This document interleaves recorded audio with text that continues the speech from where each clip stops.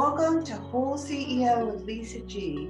I'm the best-selling author of The Boss Weight Loss. I'm bringing you the top tips to be unstoppable. This is a once-in-a-lifetime opportunity to actually pull up a chair with today's top experts in mindset, weight loss, business, and more. Learn our top tips so that you can have more energy, be fit and resilient, feel unstoppable, unshakable, and unbreakable. I'm so excited today. We have a productivity expert, co-founder of Lifehack Method, and he's a head coach, teaching clients the hard-hitting efficiency techniques and proven accountability strategies have helped clients generate millions in revenue while saving thousands of hours in the past 7 years. He's helped more than 50,000 professionals, executives from Facebook, Google, Uber, and PepsiCo who want to prevent burnout and create more freedom in their lives. And he's previously worked on Wall Street, where he figured out how to whittle down his 80-hour work week into 2 hours a week. This is why I am so excited to welcome to WholeCEO with Lisa G. Demir Bentley. Welcome to the podcast. Well, thank you so much for having me. I am thrilled to have you. We all need a productivity, especially me. Well, listen, I like to say I'm not just the president of the Hair Club for Men. I'm also a member. I started this whole journey of being a productivity coach is ironic because I really started as a very highly unproductive person. And I think it imbues me with a sense of empathy. I used to work, you mentioned that I worked on Wall Street. I was working 80 hours a week, got sick. My doctors told me, hey, if you don't stop, you're going to die. And so I had a really interesting journey into productivity as an unproductive person, sort of almost becoming a convert to getting productive. I mean, I really am like whatever productivity malady you can think of, I had it, avoidance of technology, reading too many books, putting too many ideas in my brain, but not executing enough, you name it, I've got it. But what's interesting though, is it really fills me with a sense of like, wow, if I can do it as such a deeply flawed human being and do it at such a level that I really become an expert in it, it really makes me realize that anybody can do this. It really is a learned skill, productivity. Right. Especially for myself, I'm coming from a place where I've noticed as an entrepreneur that I develop ADD and get focus problems. And that's why I was really excited when I saw your bio come across my email. I'm like, this is what we all need. So I want to talk about planning your week, not your day, is the secret to getting more done. Do you want to talk a little bit about that? Well, so one of the things that's interesting to foreground here is that one of the tacks that we took in our productivity coaching was that there wasn't a lack of more ideas. I mean, when you really think about it, in the last 20 years, there's been more great books, and I'm talking about really good ideas. The problem with too many good ideas is it sort of creates another problem, which is, where do I start? How do I integrate all these great ideas? And I often see this with my clients where they come in and they've read every productivity book and they say, I'm more confused than ever. I'm more overwhelmed than ever. How do I put it together? So when we started Lifehack Method, we started with the idea of being a clinician, not a researcher. Meaning we're not here to put more ideas in the space. We're really here to help our clients make sense of everything they've already learned, right? And really create a filter so that they can start taking incredible action and take all that information in their brain and start putting it to work and seeing real results. And so I say that to foreground the idea that we really didn't want to write a book ourselves. That's really not why we're here. And yet, after coaching for 10 years, 50,000 people in the front lines of their productivity, one thing kept emerging like a red flashing light, which was that people aren't planning their weeks. In fact, we did a survey. You'll love this. We did a survey of 5,000 professionals who manage between 5 and 50 people, right? So successful people. We asked them the top 5 qualities they needed to win their week, or the top 5 productivity tactics they need to win their week. The number one by far, heads and shoulders, was 94% of people said you need to plan your week to win your week. Yeah. Okay. pretty obvious, right? I mean, probably somebody out there is listening and saying, well, duh. I mean, that's obvious. But then we followed up with those 5,000 people and we said, okay, if planning your week is so crucial, have you done it for the last 4 weeks? And what we were doing with that follow-up question was trying to suss out, okay, who here has a consistent planning practice? Lisa, I don't know if you want to take a guess. What percentage of those 5,000 people do you think had a consistent planning process going? Well, you're scaring me a little bit because I know that this is such an issue and we want to hack productivity, but I'm just going to guess 25%. So 6% said that they had been consistently planning the last 4 weeks. Whoa. And when I then followed up and said and defined what adequate planning looked like, it dropped to less than 1%. Meaning people looked at my standard for planning and said, oh, you mean that? Well, no. Then no, I haven't been planning, right? And so what's interesting here is there's this huge gap between something that everybody would say, of course, you need to be planning, and none of us are doing it, right? And so the first question that we wanted to tackle in our coaching was why. And once we figured out the why, and once we figured out how to show people how to stop avoiding planning, how to lean into it, we showed them a great process for doing it. That's when we finally looked around and said, you know, there really isn't a book on this planning. How do you plan your week to win your week? So that's what's coming in. If you mind me making a shameless plug, July the 12th, we're publishing our book, Winning the Week, How to Plan a Successful Week in Less Than 30 Minutes. And we really felt like if we're going to write a book, we have to write a book that nobody else has written on a topic that's so necessary. And so that's what we're sort of here to do right now. And not just here on this podcast, but in the world right now, we're sort of getting out there and banging the pots and being like, hey, gang, I know you want to get into those advanced productivity topics and nerd out on those really geeky advanced stuff, but really, are you doing the basics? And there's nothing more basic than planning your week.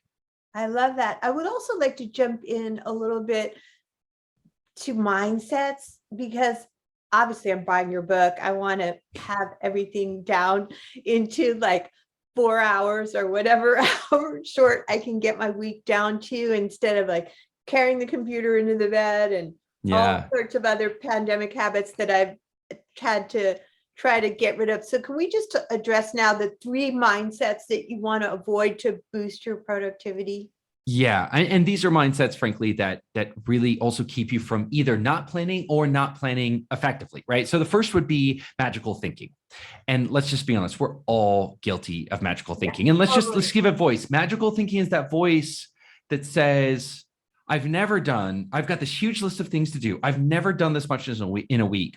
But maybe somehow the heavens are going to part and I'm going to pull a miracle out and get all of this stuff done, right? So that's magical thinking, this idea that maybe even against all odds, against reality, against all experience, maybe I'll be able to do more than I can really do. The problem with magical thinking is it plants the seeds of defeat. It plants the seeds of disaster, right? Yeah, because let yourself down, right?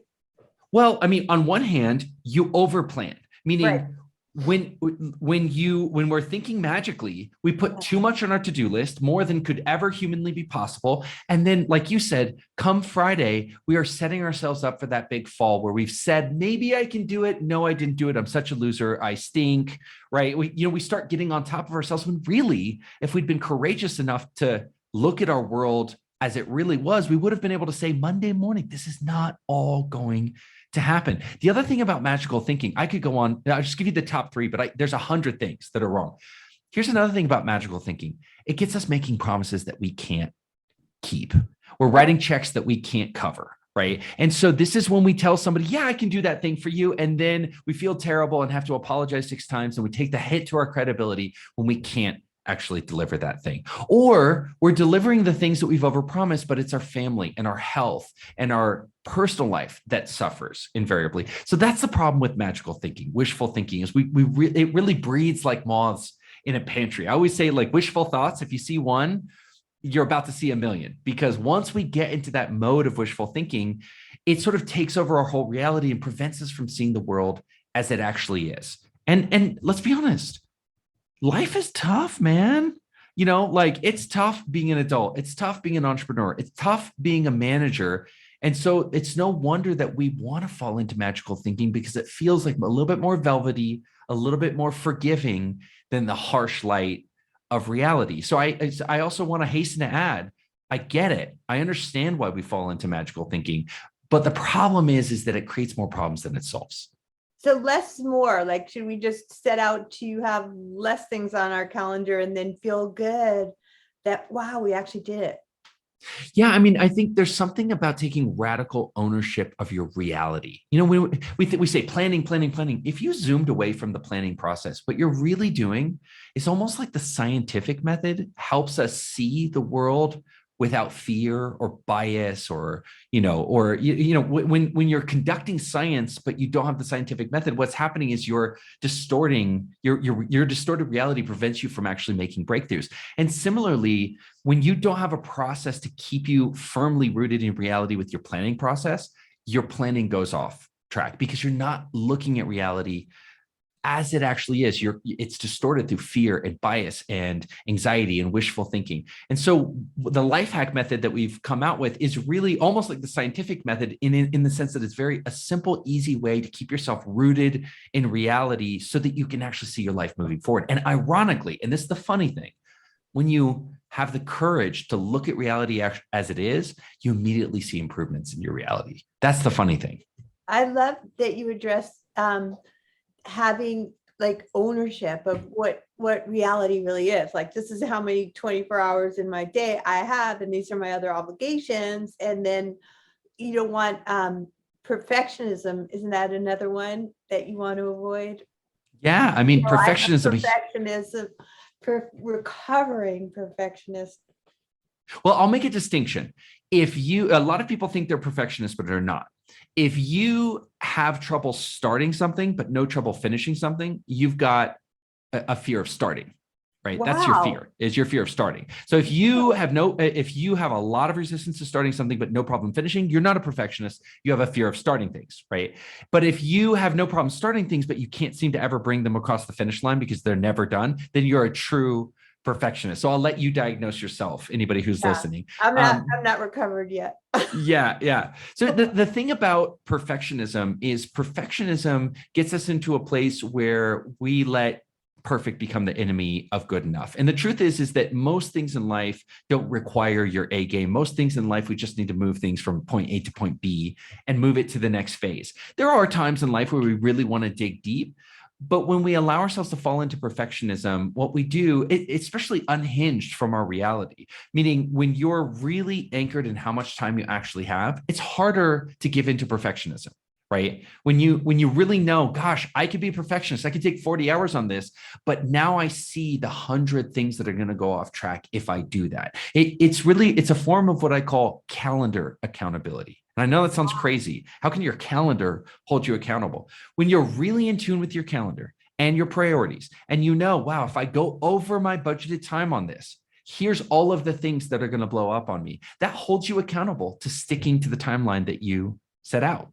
I love the calendar accountability. I want to talk to you about another one of your concepts that I really need myself. So what about guardrails for your day so that you don't go off track with your calendar? Yeah. I mean, well, another dimension of calendar accountability is, I'll back up and say that there's different mindsets that you want to occupy throughout your day, right? There's not just one essential Lisa. I would say there's modalities or modes of Lisa, right? Yeah. So the mode you want to get in on Friday or on Saturday morning when you're pre-planning your week is what I call the general mode.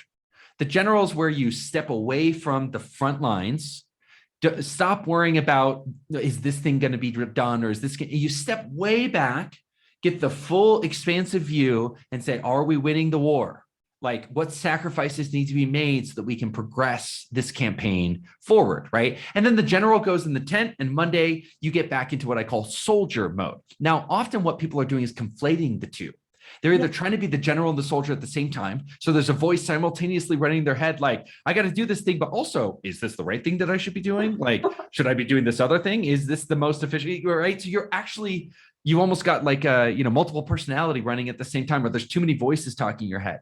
So one of the things that's great about having a great plan in place is you get to let the general go back into the tent, engage fully in soldier mode, trust the plan. And when you have a plan laid out hour by hour, again, it lends you that what I call calendar accountability, those guardrails on your day where I can actually go into my day and give myself the gift of not thinking too deeply about it. I know that sounds crazy, but really actually downshifting into a lower level of my brain where I can just get into execution mode and color into the lines that I've already drawn.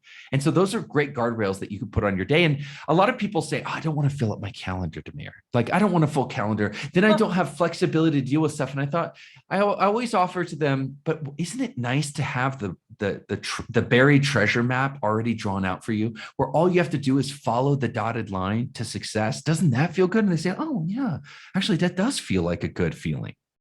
I love that spin too on things so that we don't overwhelm ourselves, because I like to take the O word out of my vocabulary, but I know I tend to go there if I overcommit and I really then feel guilty because I said I was going to do things and don't really fit in my calendar. And there's so much to unpack with all of your wisdom on planning, where the general is planning over the weekend. So like, you kind of really can't just go into your day without a plan if you haven't planned it out in the evenings or the weekends before, right?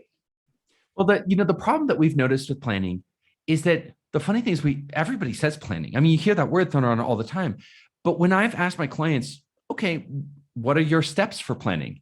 Everything gets very vague, very well. I sort of open my I sort of open my to-do list and then wave my hands at it a little bit. Then I open my calendar and wave my hands at it a little bit. And I just sort of hope that at the end, I've arrived at some level of clarity. And I ask them, well, did you, when you do this magical process that you do? No, it usually takes 2 or 3 hours and I'm more confused at the end. And I actually like am more paralyzed and more fearful at the end. So the truth is we never really got taught in high school or college or in our first job or at any point, what does planning actually mean and how does one conduct that exactly down to the detail? And so this is what we hope we've done in this book, Winning the Week, is we have a very simple 5-step process for winning your week. I'll tell you in a second. It's that simple. I can tell you right now. Yeah. But we've laid out this 5-step process where you can plan your week in less than 30 minutes and know that you have a winning plan for the week, meaning knowing that you are going to win the next week. And the steps are simple. Step 0, remove the resistance that blocks everybody from planning. Step 1, learn something. Learn something every single week so that every single week becomes a compounding improvement cycle. Step 2 is don't just set a priority, find your leverage priority, meaning find that one place where you can put maximum leverage that's going to have the biggest impact for you. Step 2, check your calendar. Don't just check your calendar, interrogate your calendar. Wow. Really like a lawyer grilling a witness at the stand. You need to grill your calendar to really find out what you need to know from your calendar. Step 4, don't just look at your to-do list, triage your to-do list, right? You're actually going to have to make hard cuts, and that takes radical courage. And then finally, merge your calendar into your to-do list. This is called calendarization, where if you say you're going to get something done, it should have a designated time to do it. So with my clients, when you look at their calendar, now take a deep breath, because for a lot of people, this will induce a panic attack. When you look at my client's calendar, it is 100% full. 100%. Every single half an hour increment has been allocated. Now they also have what we call flex time blocks. So when I say 100%, I mean 100% they've got time to go on a date. 100% full because they've put in their gym time. 100% full because if they have a hobby, crocheting time is put in there. On my calendar, you even see a big block of time on Fridays where I like to sit down and listen to albums on the couch. So when I say full, I don't mean full of work. I mean full of everything, full of the good stuff, full of if you want to be a good dad, guess what? You got to make plans to take your kid out. If you want to have a great relationship, you need to make plans for date night. If you want to have a good body, you need to make plans to go to the gym. And guess what? It is not going to happen magically. You've been doing it for 2 decades, 3 decades, 4 decades in some cases. It is not going to accidentally happen that all of the good and obligatory stuff are going to happen in your calendar. So the final step is the most important one, which is allocate your precious time to its use. I'm just going to finish with this one final thought. It's very commonly understood in the personal finance world that you need to tell your money where it needs to go.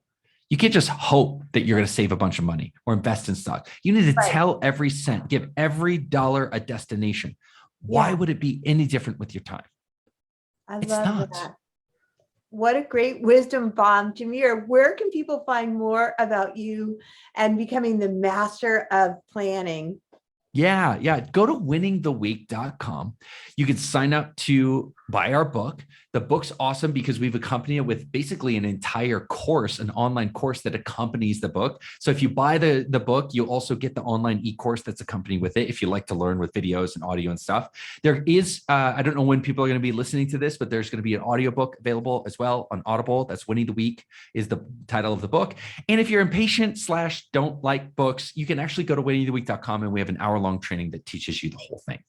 That's for me. I am going to go to winningtheweek.com. Thank you for being such an amazing guest on WholeCEO with Lisa G. Demir Bentley. Thank you so much, Lisa. Thanks for coming to WholeCEO with Lisa G.